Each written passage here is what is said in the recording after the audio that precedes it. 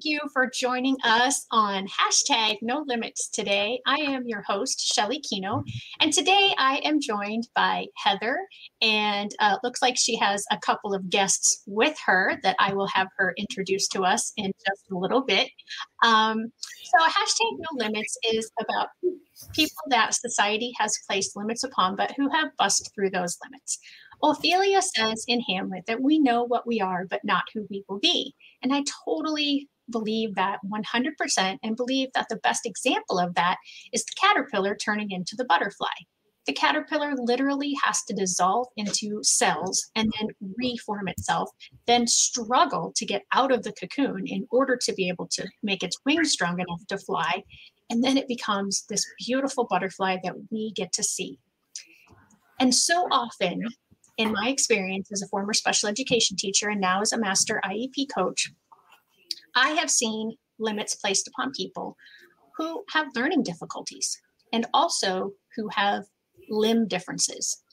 And I started this show because I wanted to bring a change to that perspective. And today's guest, Heather, is someone that I have known for an extremely long time, probably most of her life. Yes. And it has been a joy to watch her grow up. She's also extremely popular. Heather, I'm not sure if you are aware how popular you really are. There have been an enormous amount of people who have been excited about this interview with you today. And I've had over, I don't know, like 30 comments of people on the post about today saying how wonderful you are, how great you are, what a great person you are. So you have a massive fan club. Yes. So just in case you didn't know that, I wanted to make sure that you knew that today. So Heather, tell us who is with you and tell us a little bit about yourself. I'm with my mom, Toots, my niece, Sadie, and my cousin, Trina. All right. So and you my dad, but and your dad. He's on the other side. Okay. So you have got quite the crew with you right there even. Yes. And so for total full disclosure, Heather and I share family members.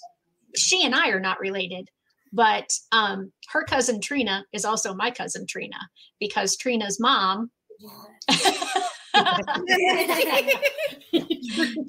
Trina's mom is my first cousin, so I didn't think that she knew that, so I thought I'd let her in on that little secret. So Heather, so you're on here to talk about you today. So yes. I want to talk about what life has been like for you, and what is it about you that is a reason for you to be on the hashtag No Limits? Just to let people know that I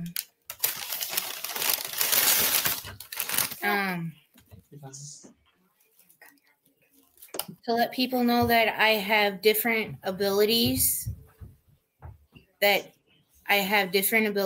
to walk and to learn those different abilities, how to learn to walk, and see where they can take it from there. All right. So let's jump into that specific one first. Because when you were growing up, you learned how to walk. But then something happened about a year ago. Tell us what happened about a year ago. When I started walking a year ago, I was limping, and I found out that I had blood clots, and they didn't know what caused the blood clots to form that way and get into my right foot and just let it die. And so once that happened, once that realization happened, what were the next steps for you and your family? The next steps were getting me well and getting a prosthetic and learning how to learn with it and walk with it. And okay, so you completely lost the lower half of your right leg. Is that correct? right. Okay. Correct. Underneath by the knee bone. Okay. And so that's where I was referring to in the introduction about your limb difference. And so what kinds of things have you had to go through in the last year, besides just getting a prosthetic? I mean, there had to be some hospitalization, I'm assuming. There's probably some surgery. A lot of hospitalization. I had a lot of hospitalization, and I was in there about a month, and then I went into rehab, and that took like 3 weeks, and see where and if I didn't get better, I would have had to stay there longer. And they were, I had some other ones. I had other ones that it wouldn't heal right. It wouldn't heal right, and if it didn't heal right, they would have to go above my knee and take my knee out. Okay. So you had a lot of struggles for a long time. Yes. And so now we are almost a year down the road, and you have the prosthetic now. Is that correct? Yes, I have a practice one. So you have the practice one. You don't have the original. I don't have the original one yet. Okay. So how much longer until your regular one comes in, and are there steps that you have to do before that can happen? Hopefully, like you'll start your therapy next week. I'll hopefully start my therapy next week, and it's going to be in Centralia at the hospital there, and see where it goes from there. And then if I do well, I'll get my foot. Okay. So tell me about having to learn to walk again, because you were an adult when this happened. So you had been walking, running, playing, for 25 plus years. Yeah. And then this happened. So tell me about some of the struggles and about, like, is there any way you can explain kind of how your brain and your body worked? Not really, but when I was struggling, I was playing basketball, and all of a sudden my foot went numb, and I went up to the stands, and I had my brother-in-law rub my foot to get the circulation to where it needs to be, and it didn't. It worked for a while, and then I went to go play again, and it went numb again. So I sat out for the rest of the quarter. So had you had that before, or something like that, where you knew to go to your brother-in-law and have him rub that out? Or was it just, hey, this hurts, can you do something? Yeah, it just came. Okay. Just out of the blue, it just came. All right. So you really hadn't had any health problems prior to that situation happening. Right. Okay. And then on top of that, I had a heart attack a year ago too. Oh, was that before this leg situation, or kind of during? With the situation. Oh my goodness. Yes. So on top, it went right by my heart, and I am still on medication for it. Wow. Well, you're doing amazing. And I just want to tell you, we do have a couple of comments. So Michael Burnson says, hi, Heather. One of the comments on the thread of announcing that you're coming on today was from Michael. And he told me and everyone else that you were instrumental in making his daughter, Hannah, an honorary Special Olympian. And so I want to get into that in a little bit. Okay. We also have a remark from Lorna Hubbard, sorry, skipped her last name there. She says, regardless of your disabilities, you are beautiful. And I would agree with that. Mm-hmm. Thank you. Blade Jansen says, hi, everyone. That happens to be my mom. What Jansen? My mom, Lou. Oh, Lou. Okay. Yeah. Hi, Lou. So for those of you who are watching, I want Heather's story, and I want all of the stories that I tell and am able to share on hashtag no limits to be seen by as many people as possible. So if you're watching, if you could just put hey, or hashtag no limits or hashtag Heather, just something, because the more comments a video receives, the more people it's shown to. I'm finding this out. I'm taking classes on Facebook stuff. So I've never said that in a normal no limit. So I wanted to just put that out there to just go ahead and if you are watching, just let us know. Even just a simple hi will be great. Okay, so we kind of sidetracked there for a second, but I wanted to get those comments in there for you. So you were in the hospital, had your leg already been amputated and then you had the heart attack, or did it happen prior? It happened prior to. She had the heart attack. I had the heart attack. Go ahead. She had the heart attack, and then we went in. She had that. She already had the heart attack, and then we were going to get her leg X-rayed and everything. And when we got to the hospital, then they started working on her right away. They didn't like the way it looked or anything like that. So then they told us too that the way it was with her heart and stuff. So, and they said it most probably was caused by the blood clots and stuff that she had. So, wow. Yeah. I didn't know about the heart attack, or if I had, I had forgotten.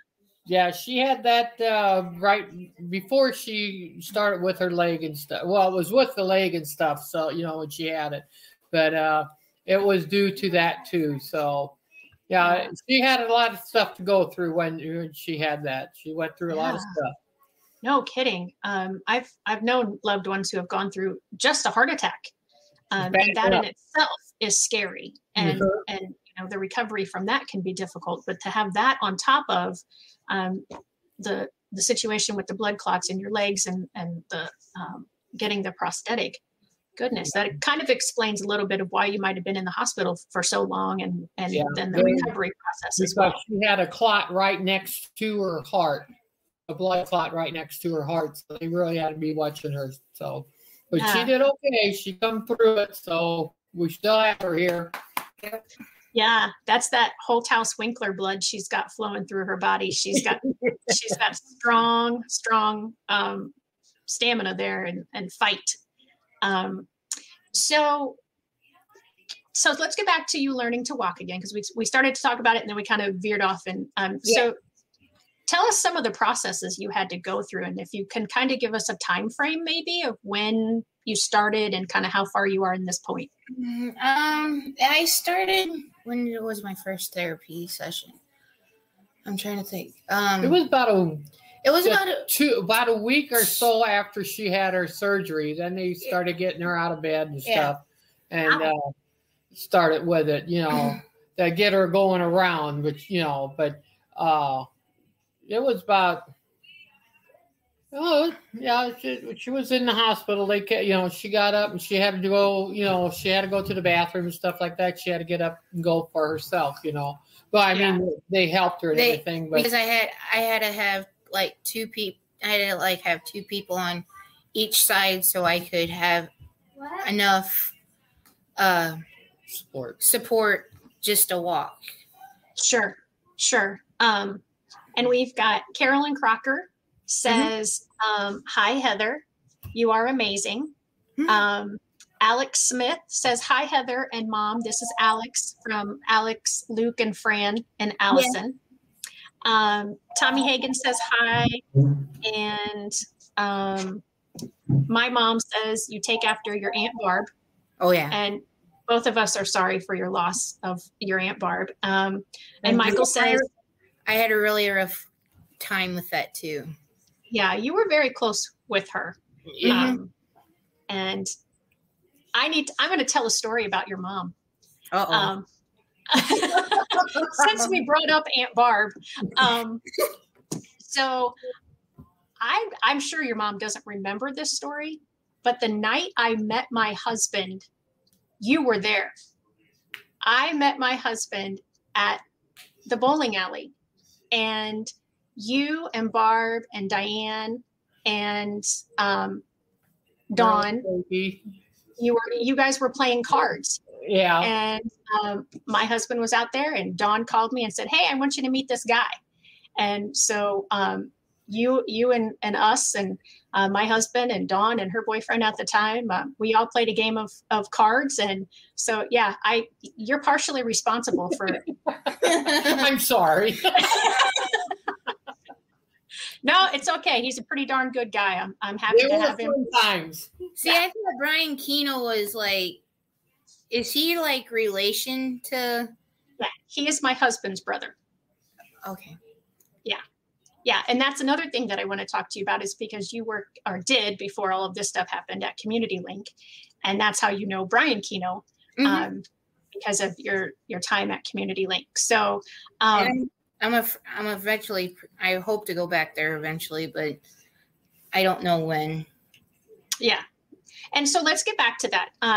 So let's talk about, are you pretty much back to as much as you can be without having the full prosthetic at this point? Yeah. Mm-hmm. Awesome. That is amazing. That is so amazing. So you talked about the fact that when this happened, you were playing basketball. Mm-hmm. What team were you playing basketball? Clinton County Cats. It's Right. Clinton County, Clinton County Cats. Yeah. Clinton County Cats. Okay, so tell me about that team. What's the affiliation of? It's to get to know people and to get to know like new people and make new friends and have them help you out and everything. And how I got to know them is you talk to them, and if they don't talk to you, you don't talk to them. Oh, yeah, you do. Okay. So this isn't a school team. This is a Special Olympics team. It's a Special Olympics team. Okay. So yeah. So the Special Olympics, you have been involved with that for how long? Do you remember when you started? 20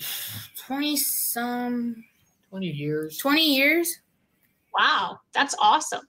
Because I started when I was in school. Okay. Back in grade school? Grade school. Okay. Yep. So we have another comment here from Julie Verdue. Yep. You go, girl. I love you, Heather Holthaus. Yep. Here's another one. I don't think I said this one, from Michael. She's a tough young lady. She has overcome many challenges and is an inspiration to all. So like I said, you have quite the fan base. And it just seems like everybody who knows you loves you. And that is, I believe, in major part to the fact that you almost always have a smile on your face. It is very, very rare that I have ever seen you without a smile on your face. So what do you have to smile about, Heather? I mean, you've got, this prosthetic process. You've had a heart attack. You had troubles in school. Why are you so happy? You've got all these friends I got all the friends that call me, and they sit here all the time. We talk, and we sit here all the time, and we play we play Uno. It's a card game called Uno on Facebook, and we play it all together, and we laugh, we crack up, we do everything. And one of my Julie Verdue and her other friend go, Heather, you can do it. Don't be ashamed. I'm like, so I have a lot of support. I have a huge support system. You really do. And I have to be honest, I have had more people comment on this even before going live than I've had on some of my shows before live and in the replays. Mm-hmm. So, just the fact that you've just touched so many lives, and you continue to be a wonderful example to people of, even if you're going through a tough time, you can still smile. That's what I did in the hospital too. Because my sister, Michelle, she goes, if you don't smile, you're not going to get through anything. We have a lot of family support for her too. So there's a lot of family. And Amber and them. they support me, and I'll have a new baby cousin in April. Yay! Me too. Yeah. I know. Can't come soon enough. Right? I know. So yeah, we have another comment here from Travis Crocker. Very tough girl that always smiles and has an awesome family. So you were playing basketball at the time of this, but what other sports or activities have you been involved with Special Olympics? Volleyball. There's bocce. Softball. The shot put. And running. Track and field. What else? Softball throw. And I'm trying to think what else is there. So I think I'm hearing whatever they offer. You basically are gonna do it. Yes. Yeah. That's awesome. So you gotta say no, we can't do. Yeah. So I had Alex Hegan on back before the new year started, and I know he's big at like the cross country and the snowshoe stuff. He's very good. Do you do those as well? No, I don't do cross country. Okay. So of all those mentioned, what one do you think would be like your top one, and then why would that be your top one? Softball. Because you would make more. What would be so tough? Because it's okay. Take your time. You can't hit the ball as well as you want to. Okay. I half the time can't hit it at all, so I totally agree that you can't hit it like you want to. We know, Shelly. Thanks, Joyce. You're welcome. But when we first started out, we did T-ball. They used to run backwards. The third base first, that was first. And then they used, that's when they started. They always went to third base first. That had to be confusing. For them, it was. But after a while, a couple of, times, they got down pat. And then they went to town. They got a pretty good team, so they didn't do too bad. That's awesome. Proud of them. In one shadow box, I have 50-some medals, and it spells out my first name. Oh, my goodness. And then I got more on my wall, just up behind my bed. Wow. So who made that shadow box for you? My Uncle Sack made the shadow box for me for Christmas one year. Oh, that's nice. My medals were missing, and I didn't know where they went. They kind of got, put in some place where you didn't know where they were. Yeah. And to miss one medal is like, okay, maybe I misplaced that. But to miss 50 medals, like, all right, now wait, something's going on. Yeah, and it was all right. And it spells out my first name. I had to look really close what it spelled out first, but I'm like, oh, okay. I got that one year for Christmas, and then it's still in the closet yet, but I'll get it hung up sometime. Oh, okay. Well, that I was going to ask if we could see it, but if it's in the closet, then it's probably we have to dig it out. We have to dig it out and everything. All right, never mind then. We don't need to see it. I just thought it would be really cool. Maybe some other time you can. We'll have you on again and you can share it with us, or you can send us a picture of it. All right. So, what's your second favorite sport or activity with Special Olympics? Basketball. Bocce. All right, you got to explain bocce. Okay. Bocce. Okay, you have a Polina ball. It's a small ball. It's like you throw that first, and you got these 4 different colored balls. You throw that to the Polina ball, and whoever gets the closest gets the point. Okay, it's like bowling on grass. It's like bowling on grass. So there's 4 different color balls. So like, there's 4 balls. They're all the same color. You get 4 balls, and your opponent gets 4 balls. Okay. You take turns throwing the ball, but who's ever the furthest from the ball has to shoot at the ball next. Okay. So whoever is closest to that ball, to the Polina ball, gets the point. And you might get 2-3 points at a time. You never know. Right. But it's fun watching the kids do it. They do a good job. So I'm thinking since you throw the Polina ball first, you can't necessarily do a lot of like, okay, I need to get it this distance as far as practicing, because every time there. I'll tell you what. There's a white line halfway across. You got your court, and there's a white line right in between. It's halfway on the court, so you have to get it over that line. Okay. So then you throw at the white ball. Okay. So who's ever closest gets the point. You could figure it out. That I'm telling you, you could do it. Wow, I'm feeling a lot of love from you right now, Toots. I mean, you could do it, Shelly. I know you could. They have a bocce court in Breeze. They built one by Southside. All right. The Southside Ballpark. I'm sure I could figure it out. I would just, it's easy to play once you get it going. I mean, like it's split in half. That's what you actually is, just split the field in half. Yeah. But you played the whole field. So you start at the one end. You shoot your first 4 balls, and who's ever the closest gets that point. So you go around to the other side and you shoot from that side. You keep going back and forth. Okay. Yeah. So who's got? I think they have a time on it. I don't know how many minutes you got to play, but they have a time on it.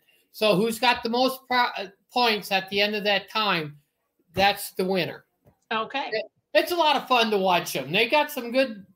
I'll tell you what, they got some good kids that are really good at it. So we played in St.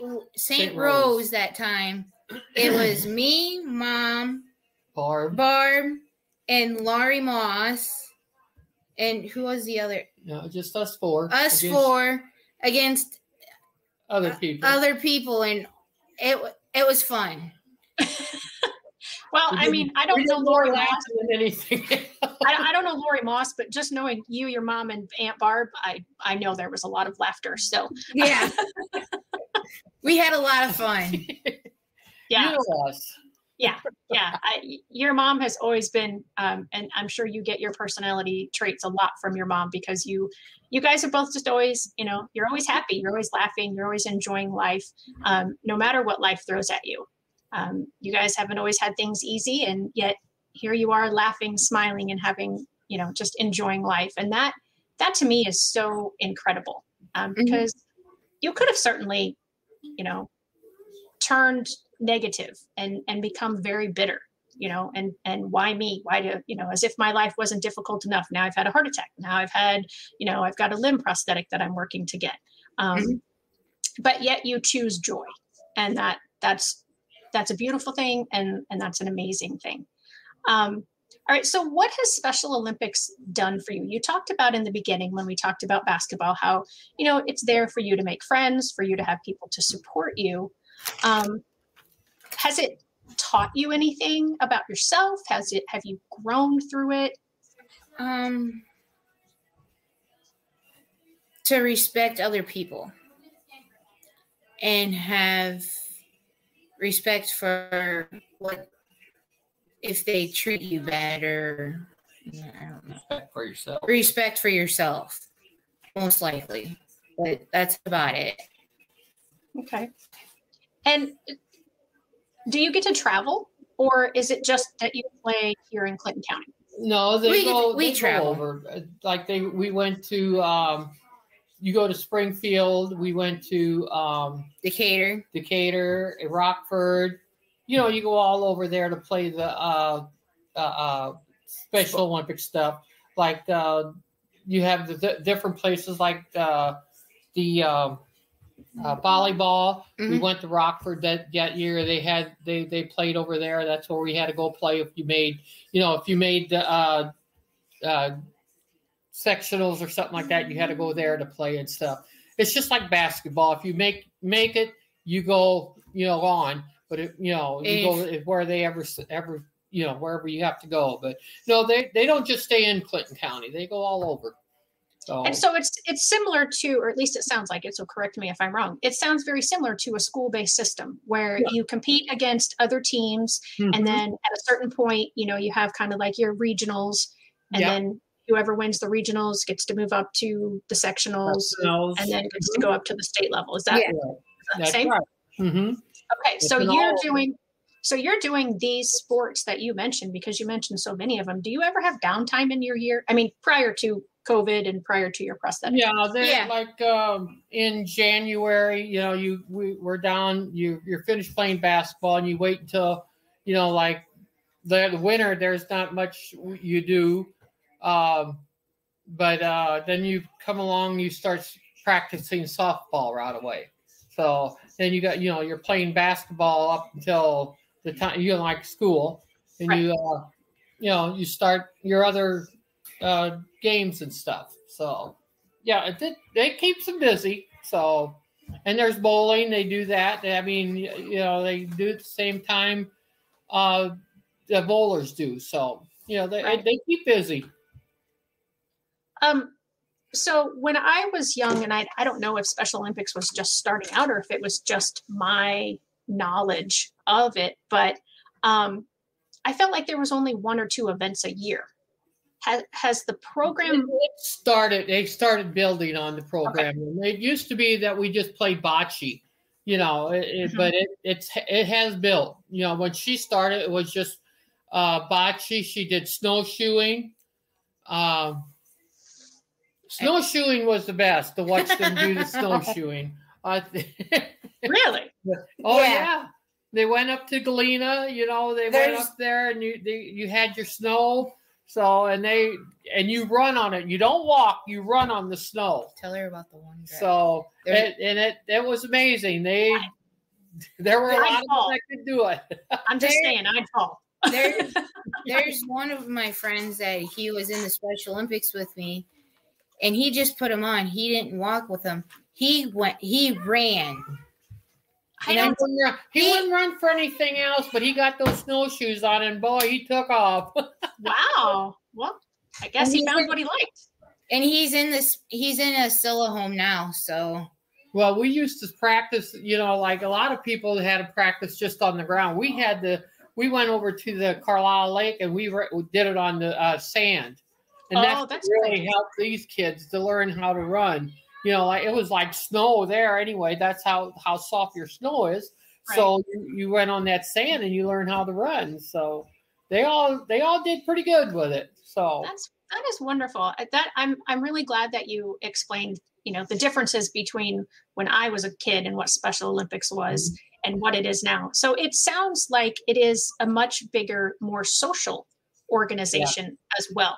It is. So when you've gone to all of these other places, you talked about going to Galena, you talked about Rockford and Springfield. Do you ever, I presume, just like in sports, you start to see the same people over and over again? So do you have friends that are from around the state that you've met because of Special Olympics? Yes. There's like from Mount Carmel, Belleville, and I'm trying to think where else.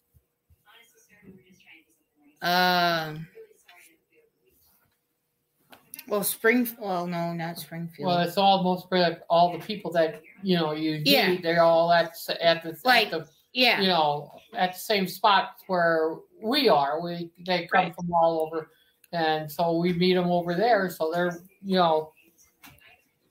they can be from Rockford, people from Rockford, you see them all the time when you go up there and you meet them up there, and they remember. I tell you, they remember who you are. They don't forget. So well, I mean, from the buzz on the feed about Heather being here, I don't think anybody forgets meeting Heather. Not too many people do. You just have such a contagious personality, and it's so positive. And so many people commented on the original post about today, what a beautiful smile you have, and just what a beautiful overall person you are, not just in looks, but your personality, your character, everything about you. So a couple more comments here. When we were talking about laughing, Michael Burnson said laughter and jokes, always great. Carolyn Gardner says, hi, Heather. Yeah. And then Michael just said there's a big track and field event every year at Edwardsville that the Clinton County Cats participates in.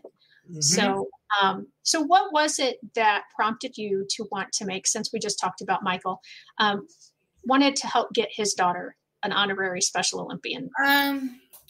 When I was growing up, I had seizures, and he was probably the only guy that could get me out of them. So that's how I got to come really close to him, and knowing his daughter and asking him to be an honor, have his daughter. She was a little person that I thought, she was just a little girl sitting there. There was no motion for her or anything. 7 years. And I thought that would be, she'd be perfect for this, just to have her as an honorary person in there. I thought she was so, lovable and everything. And I thought, she's one that I'm going to get in there. To see, let people see really what a kind of person that, comes to the Special Olympics, enters into the Special Olympics. I said, she was a very sweet little girl, even though she couldn't talk or see, see who you were, but she was so special. I thought she belongs in there. Yeah. That was my thought. She really belonged in it. I didn't care if she couldn't move or couldn't do anything. I would love to have her, have somebody bat for her, somebody push the chair around for her.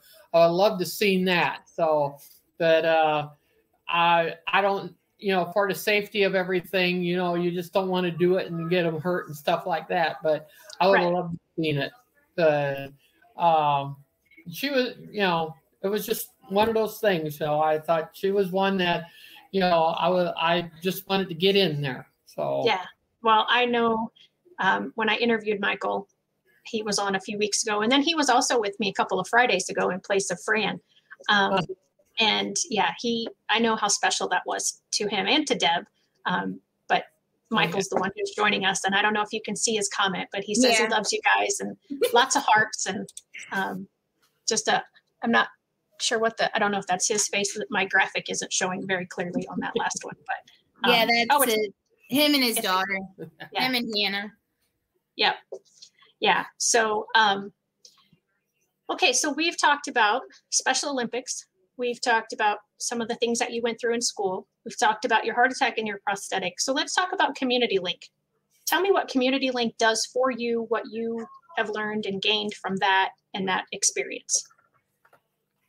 Community Link has taught me how to get a job and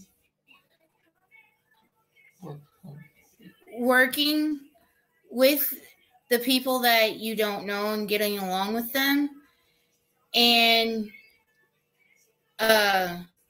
getting different jobs, like cleaning jobs. I went from, Thursdays I went to clean at Highland, the Special Olympics office in Highland.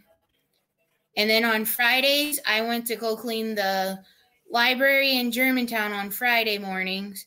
And the rest of the time, I just stayed there, and we played games and we talked. And they just made me where I can be a better person. And what do you mean be a better person? I mean, you're a pretty amazing person already from all accounts. I'm just trying. Gave you better skills? Is that what you're trying to say, maybe? Yeah. The better skills that they try to teach. Okay. So you've cleaned, and I thought you said there was another thing that you did as a job. Did you say there was another thing as a job? No. No. And then we have the coffee. I don't know if you've heard the Red Porch. Yes, it's delicious. Community Link has bought that in Clinton Manor, and we've bought that in. Was it last year? No, 2 years. I think it was either late 2018 or early 20. Yeah. I mean, not 2018, 2019, and then because of COVID, it was closed down a lot of 2020. Oh, yeah. And we went on outings. We go on outings, and they just help me socialize with other people, not with the same people, but with different people. Right.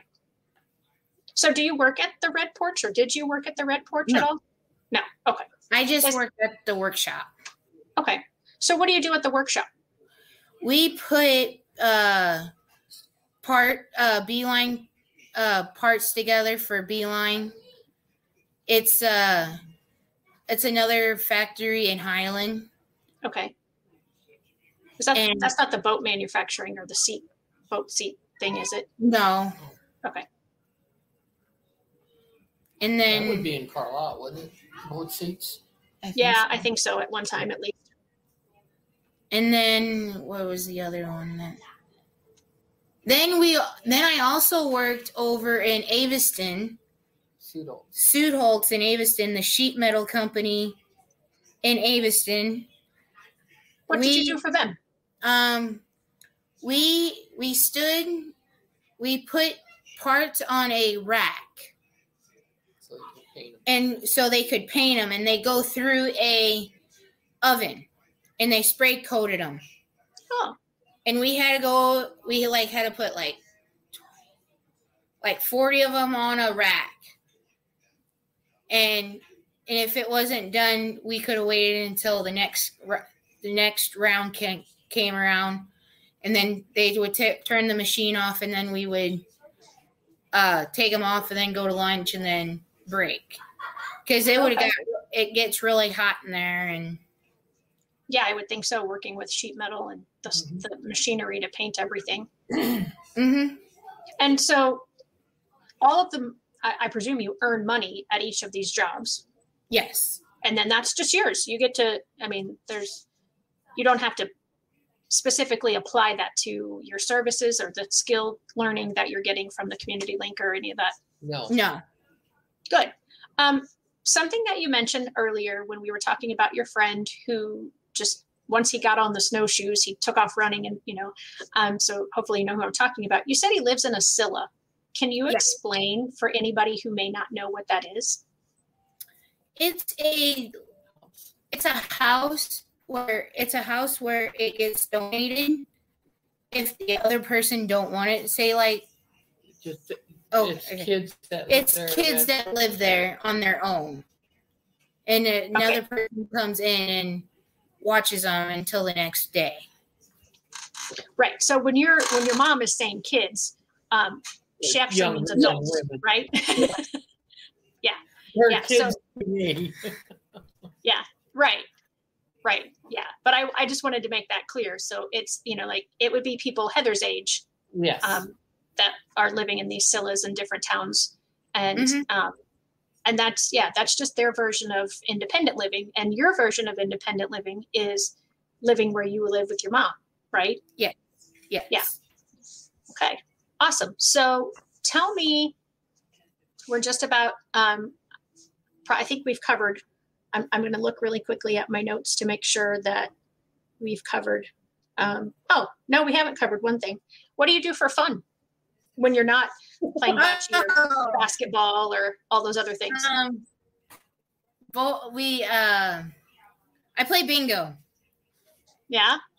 In Carlisle at KC Hall in Carlisle, usually on Wednesday nights. But since with all the COVID and everything, they haven't been opening anything. Right. One time I won $400. Was it $400? Yeah. I won $400 on a game. Wow. On a blackout. Nice. Congratulations. And I gave it to Mom, and I'm like, don't lose it for me. I don't know. I could have done that in a hurry. Too bad. And my dad goes, too bad. And then I like to read. I watch TV. Well, I don't watch TV, but I watch movies and everything. I have a phone that my sister got for me when I was in the hospital. Played games. And I played games on there. I play games a lot. So I have my own personal cell phone, and Sorry, I'm looking at Michael's comment, and he wants to know if he can borrow $400. Heather, can I borrow $400? Oh, Ain't got none for you, Michael. But Toots already lost that, even though Heather told her not to. She done lost it.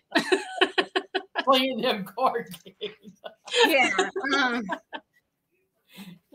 yeah.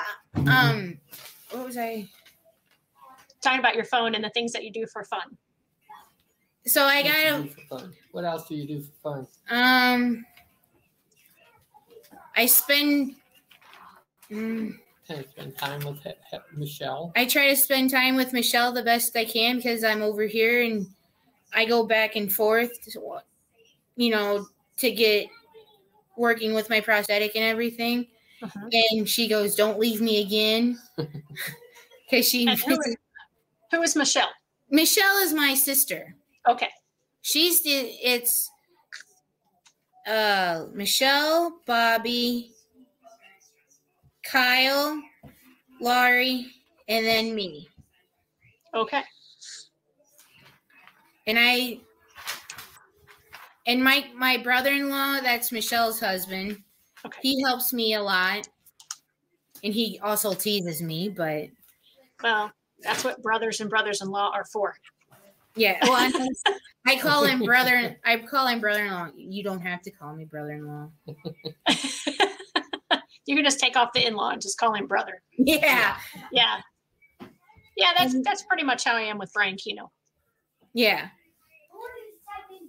But they helped me out a lot since when I was in the hospital over in St. Louis at Barnes, he would come over and stay the night with me and give Michelle a break, and Michelle would go home and spend the time with Macy and Logan. Macy and Logan are my niece and nephew. Okay. So did you live with Michelle before this happened? No. No, you were just really close with Michelle? Yeah. Okay. Yeah, since I had a heart attack before she did, she took her to the hospital and everything.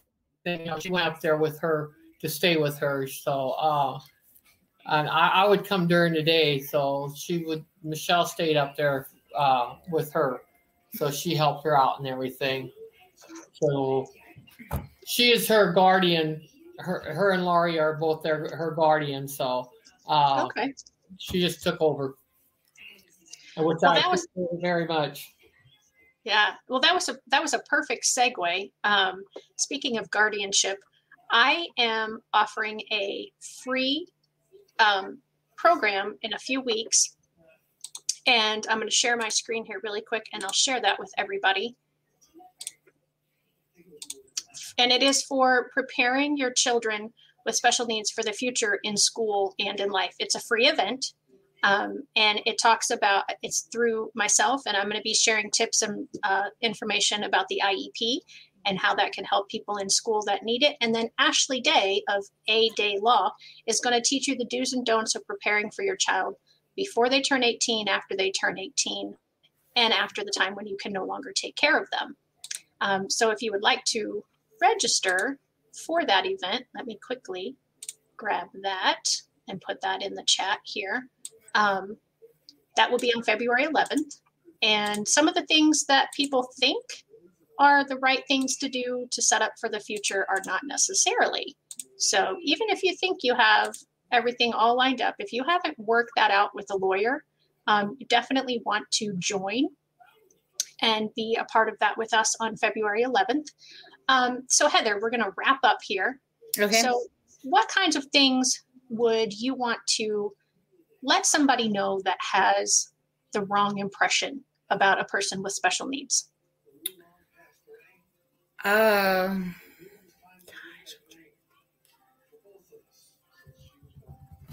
Have a positive attitude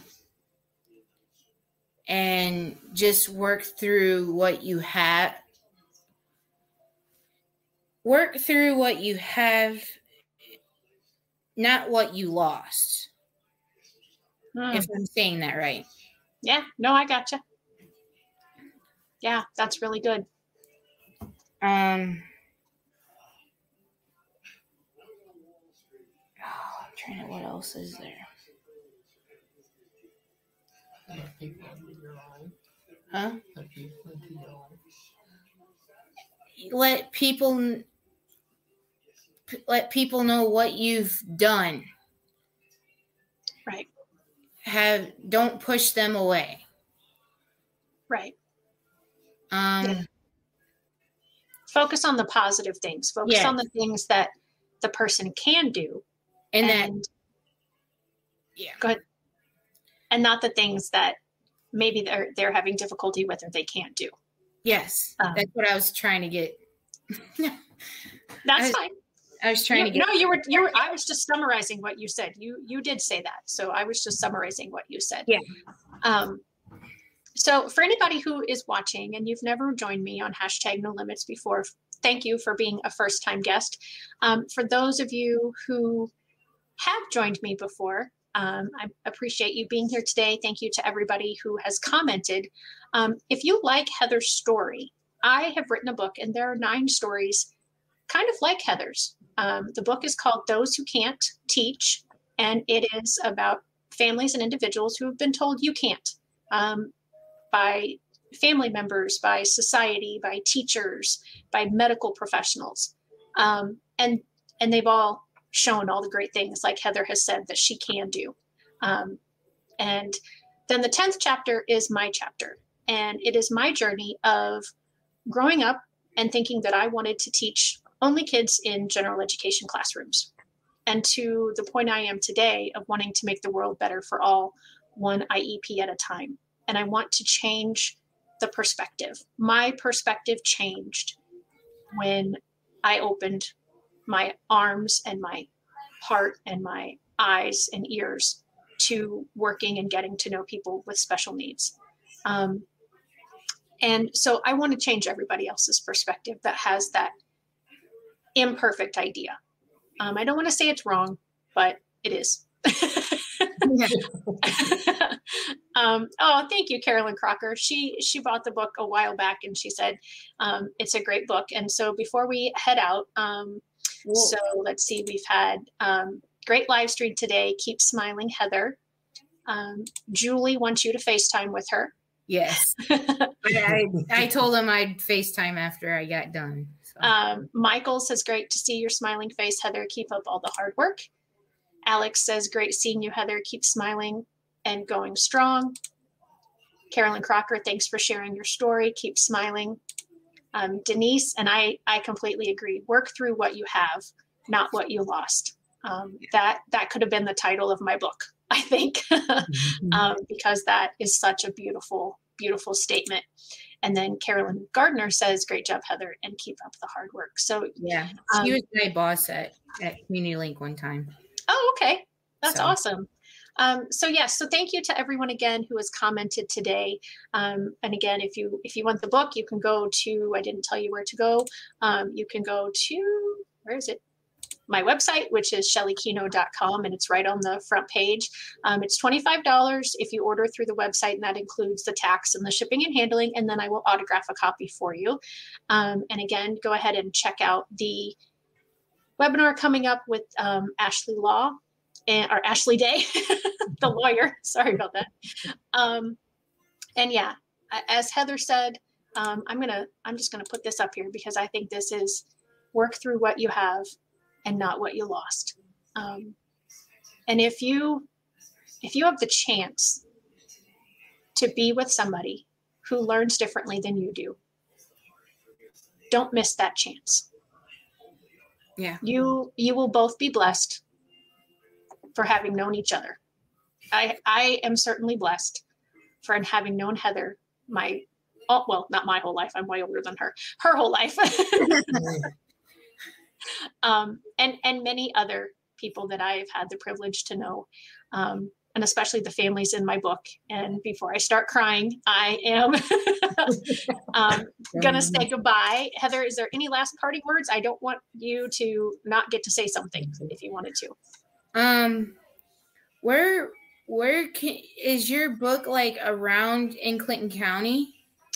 It is not, because of COVID. The libraries haven't really been open, but I'm sure I can work it out that I can get a copy to you. Okay. Thank you for what you did. Thank you for what you did, and I would love to do it again. Awesome. I think that would be great. Maybe we can have you and Michael and Fran and some of maybe Alex Hegan, maybe some of the Clinton County Cats could all come on and just talk about some of the things that you guys are doing. And so Sadie, are you wanting to say something, or are you just no? Okay. You want to say something, Trina? You want to say hi? Trina want to say hi? Can you see her? Nope. No, she's not. She's moving. She's like, no, I don't want to be on. That's completely this way. Here. There she is. There she is. Say hi. Hi, Trina. Yeah, your Grandpa Gary is my uncle. Would you know that? No. That's okay. Yeah. So yeah, we're all connected, especially if we live here in Clinton County. We're all connected in some way, shape, or form, it seems like. So again, thank you, Heather and Toots and Trina and Sadie, for joining me today. I'm so appreciative. You're just a beautiful person inside and out, Heather, and it's been a joy and a pleasure to watch you grow up and to see the approach that you have had to the struggles that have been placed upon you. And I can't thank you enough for being such a great light. So thank you, everyone. Please share this video, because we want stories like Heather's to be out there so that people stop having the wrong perspective of those with special needs. See you next time, everybody. Did you see Michael's 2 comments after? Yeah, it's okay to cry, and that's a crew. The Clinton County Cats and the people that I mentioned getting together. Yes. Yep. So all right, everybody. See you next time. Thanks.